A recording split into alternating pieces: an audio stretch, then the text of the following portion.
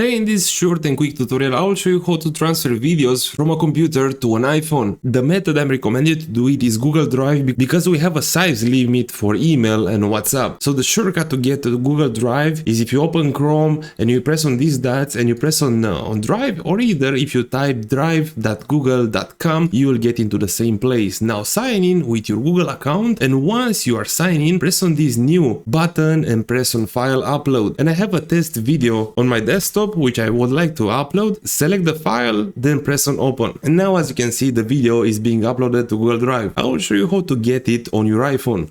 This is the Google Drive application. If you don't have it installed, you can download it for free from the App Store. I will open it, and now very important, sign in with the same Google account which you used on the computer. Press on the home menu from the bottom left hand corner from the screen. Now locate the video which you uploaded from your computer, press on the three dots from the right beside the video name, and now you can select download. So this is how to transfer a video from PC to an iPhone without a USB cable. Thank you for watching and bye bye.